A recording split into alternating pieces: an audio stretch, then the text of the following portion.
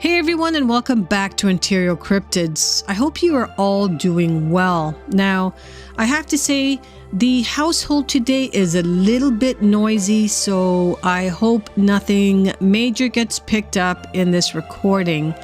That being said, today I have a unique story which I found on Bobby Brown's website. This is one man's encounter while he was a teen, which he has suppressed. I love how this story unfolds, and I know that you will enjoy this one as well.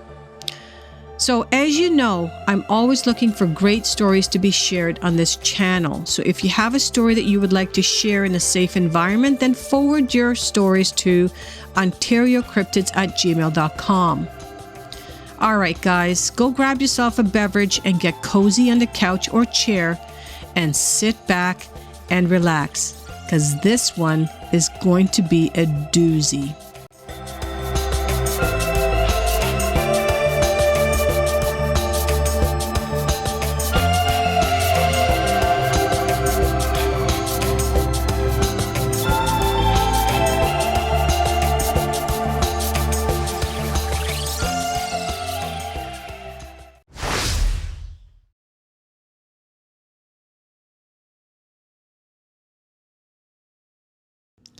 Okay, so this takes place in 1944 to 1946. It takes place in Gila County, Arizona. And I would say the major area would be Tonto Creek. At the sandbar on Bluff Creek in the summer of 1964, the depressions in the sand made by Bigfoot unlocked something in my mind. Something I had glossed over and forgotten for a long time. It was the depth of the impression in relatively hard-packed sand that triggered a response in me. The unusual 2 or 3 inch ridge thrown up by Bigfoot's step was a catalyst. Soon thereafter, it all began to come back to me, bit by bit. Even fairly recently, I have remembered a few more details. In the summer of 1944, 45, and 46, I attended a 10-day session at a Boy Scout summer camp in Arizona. I was 12, 13, and 14 respectively in those years. Late in each 10-day sessions, the scouts divided up into troops of 25 boys and an adult scoutmaster and went on an overnight hike of maybe 15 miles round trip. The summer scout camp was located about 20 miles northwest of Payson, Arizona, in a ponderosa pine forest just under the Mogollon Rim of author Zane Grey fame. A creek named Tonto Creek flowed through the camp. In one of those years, I believe 44 or 45, I joined a group in an overnight hike to an area of Tonto Creek some miles downstream from the scout camp. It was an area not often visited. The U.S. Weather Bureau had an automatic weather recording device there that was due to have its recording paper changed, so they requested the scouts to do it on one of their hikes. The area was a little harder to get into than most hike destinations were. The last few miles in the trail, we were following alongside Tonto Creek through generally level forested country. The troop spread out along the trail maybe 1/8 of a mile from those in the lead to those in the rear, all headed towards the campsite.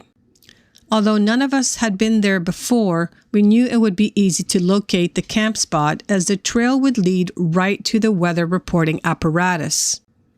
Another boy and I decided to race all the rest of the scouts and each other to see who would get to the campsite first. We began to run alongside the trail, passing everyone in front of us. We didn't know how many were in front of us, so we just kept running along the trail, passing others and each other in a bid to be the first. As we rounded a large tree that grew near the trail, the other boy, who was just ahead of me, came to a sudden dead stop. I tried to get past him, but he held me back as he stared down the trail. The trail headed more or less straight past a couple of clearings to the left and the creek to the right. The big tree and the boy in front of me kept me from having a really good view of what was ahead, but I could make out a reddish-brown figure coming up an embankment from the creek onto the trail with a strange sort of rocking motion. The figure stopped on the trail in a sort of left profile to us and partially turned its body with a quick, strange kind of jerk and looked down the trail towards us. At this point, I was able to break past the other boy, who screamed at me to stop and started running down the trail. The brownish-reddish figure ahead of me I took for another scout, approximately 100 yards ahead. Immediately as I got past the other boy, the scout stepped into the woods and was lost to sight.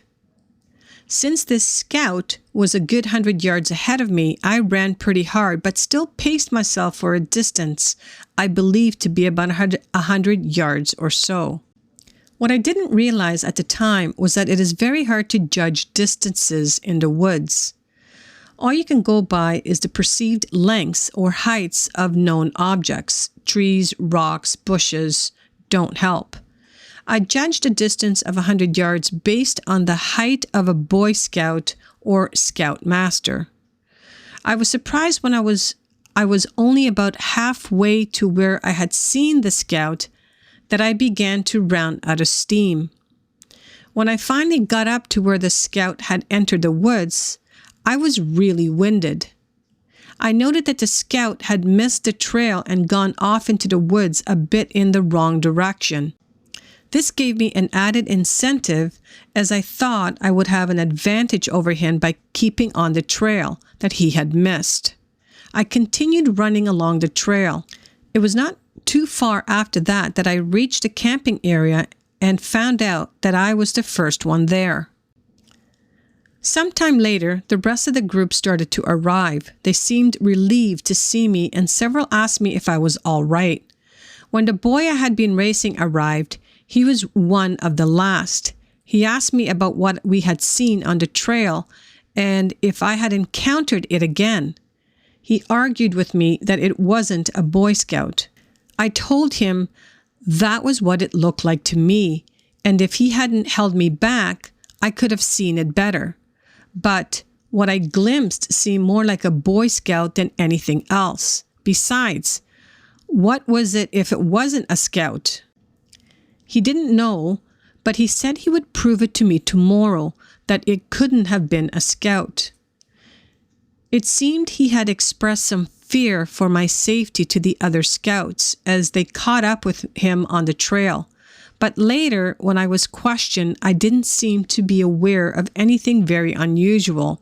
The rest of the group pretty much lost interest in what the other boy was reporting. We made camp, stretching out sleeping bags and setting packs and gear in place. It was then getting to be late afternoon, and some of the boys that had brought fishing gear went back along the creek to try and catch some trout. I always found fishing along Tonto Creek to be non-productive, but to my surprise, this time a few fish were caught.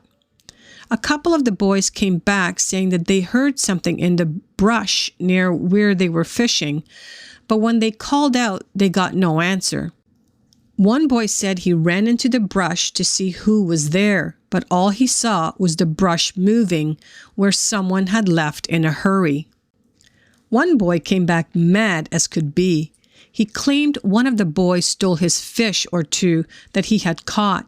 He questioned everyone that had been fishing until he had it pinned down to one of the last boys to come in. But when that boy arrived, he didn't have the fish either. The boy that had lost his fish had gone away from his pole and fish into the bushes for just a few moments, and when he came back, his fish were gone. His very nice fishing pole and all of his gear hadn't been touched, which seemed very strange to all of us. Most of the scouts felt this boy was making it up about catching any fish.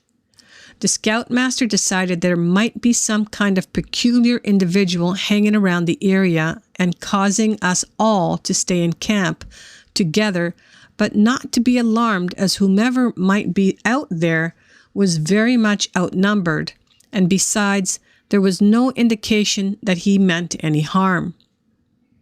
The next day, while crossing a high divide on the way back to the main Scout summer camp, we came upon an old, grizzled prospector with his donkey and equipment, perfect model for a crazed individual. That evening after supper, we sat around the campfire late into the night telling ghost stories. At one point, I thought I might have seen a movement out in the darkness, but decided that it was my imagination being influenced by the ghost story. It was late when we broke up and got into our sleeping bags. We had laid them out in more or less a straight line, up a little ways above and back from the campfire area. When I got into my bag, I discovered some hard tree roots poking through the ground up into my back. I moved my bag several times, but everywhere I tried, there were more tree roots. Finally, I gave up, picked up my bag, and carried it down past the campfire area looking for a decent spot. I finally found a spot in the middle of a soft dirt patch on the far side of the campfire area near the weather reporting station. The path was very soft and dirty and ran between two areas of bushes. It was something like sleeping between two rows of hedges about 3 feet high. One of these rows effectively screened my vision of the campfire area. By that time, I had been up for more than 16 hours, during which time I had hiked the better part of 10 miles with a full pack and sleeping bag. I was only a few moments until I dozed off. It wasn't very long after that I heard someone fussing around the campfire area. I could hear him rustling his silverware as if looking for something. This lasted a little while, then stopped. I fell back asleep. Then it happened again. The noises woke me up. I figured someone else had come looking for something he needed. It lasted a while and then stopped. Back to sleep, and then it commenced again. This time it went on for some time. I could almost sleep in spite of it, but it kept waking me up.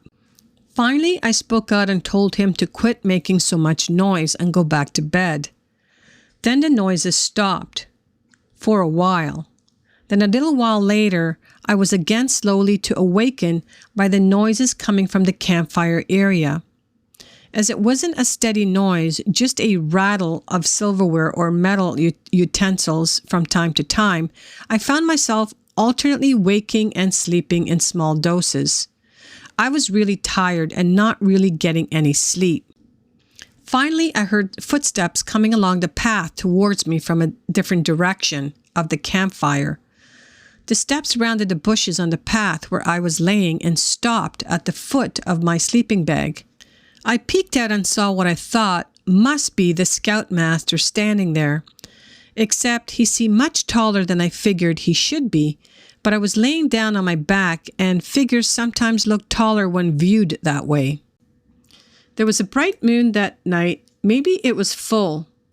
It was to the right and a bit higher than the head of the schoolmaster I was looking at. In the moonlight, I could see hair sticking out from the sleeve of the scoutmaster's jacket. I was surprised that he was wearing one of those big lumberjack-type jackets with hair-like fibers protruding out from it. But it had to be one of those jackets because it hunched up around his neck and was very bulky. Still, it was strange he was wearing it now, as I hadn't seen him with it before, and this was a summer night and not very cold. Very strange to me that he stood there silently at the foot of my sleeping bag, not even moving. The moon was bright enough to hinder my vision a bit, but he must have been able to get a good look at me. I sat up in the sleeping bag, adjusting my position so that the scoutmaster's shadow would shield me from the moon and allow me a better vision. A few moments later, I could see better, and what I saw gave me the shock of my life. There, standing still less than 4 feet in front of me, was a monster-like man. Please note that I did not say man-like monster. The creature was huge. Its eyes were deep-set and hard to see, but they seemed expressionless. His face seemed pretty much devoid of hair, but there seemed to be hair alongside of his face. His chest, shoulders, and arms were massive, especially the upper arms, easily upwards to 6 inches in diameter, perhaps much, much more. I could see he was pretty hairy, but didn't observe really how thick the body hair was. The face head was very square sides and squared up chin like a box.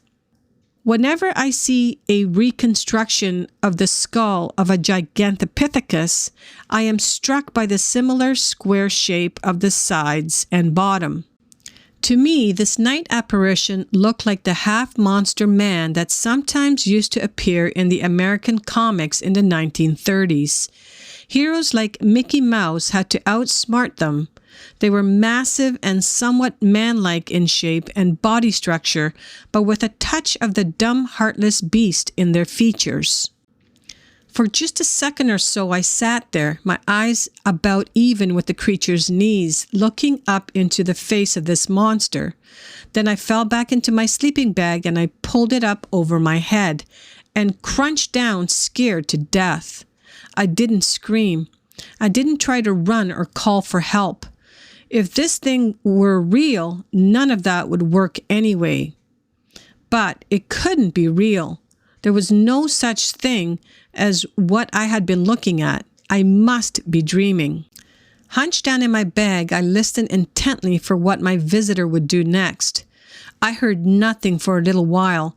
Then I heard it slightly shuffle its feet, and then I heard a crash crunch above my head, on my right side, and the side away from the campfire area. This was followed by several footsteps moving away from me in the direction away from the head of my sleeping bag. Then I heard nothing more.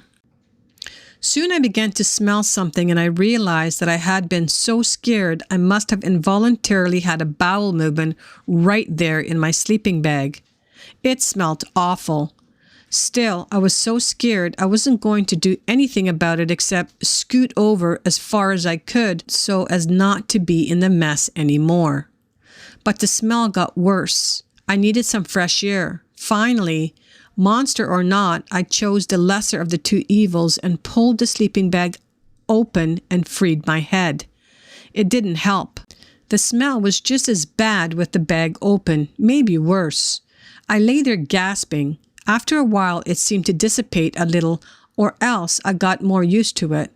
I pulled the sleeping bag up over my head again, crouched to the side away from the mess I made, and tried to figure out what that was. The next thing I remember was waking up to the noises around the campfire area. It was morning, and I could hear footsteps coming along the path from the campfire just like it did in the middle of the night. The steps stopped at the foot of my sleeping bag. I slowly pulled the bag down and looked out.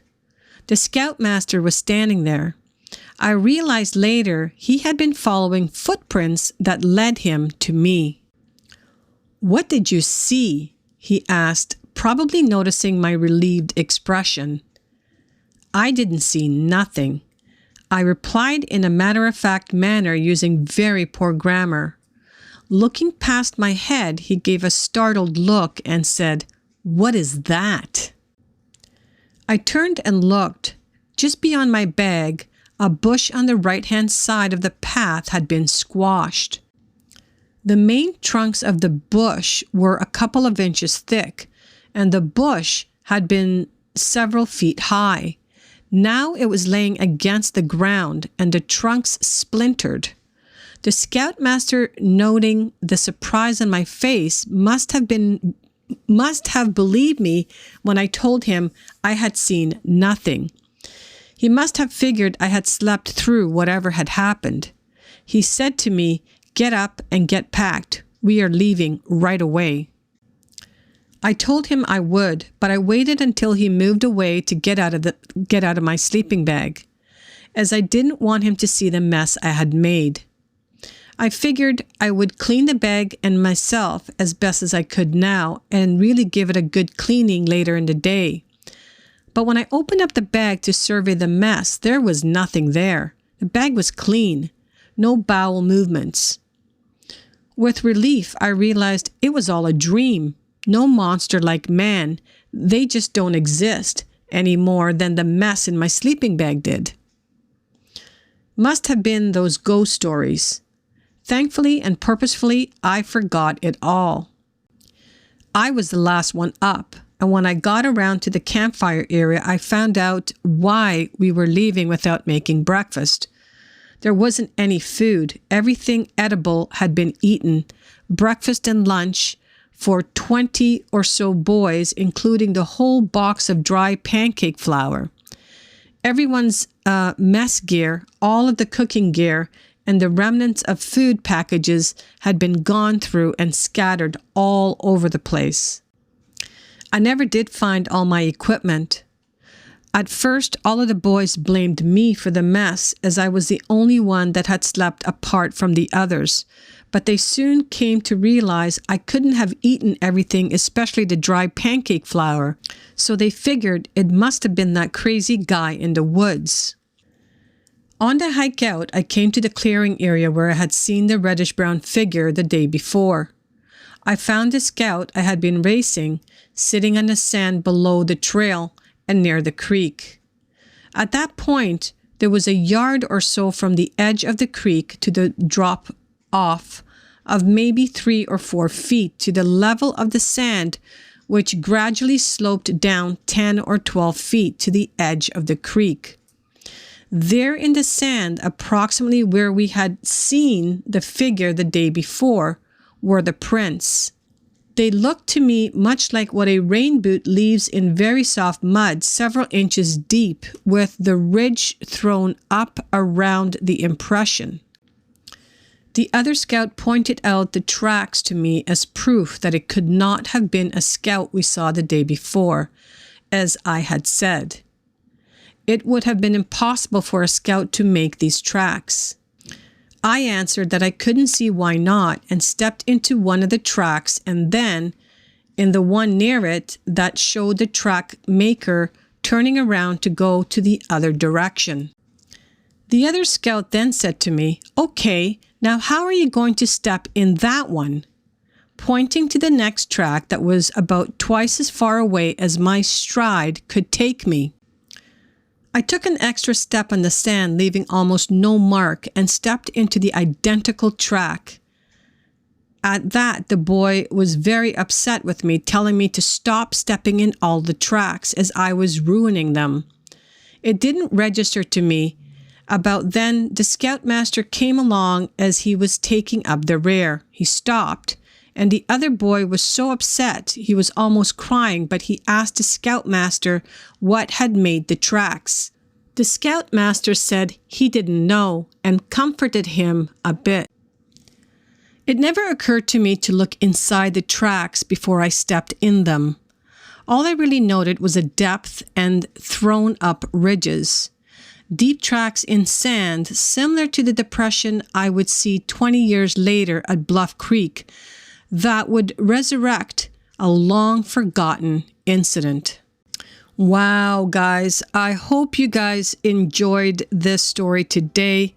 This one is a special one, I would have to say. Well written, great incident, great sighting, and I can't believe he kept his cool at such a young age.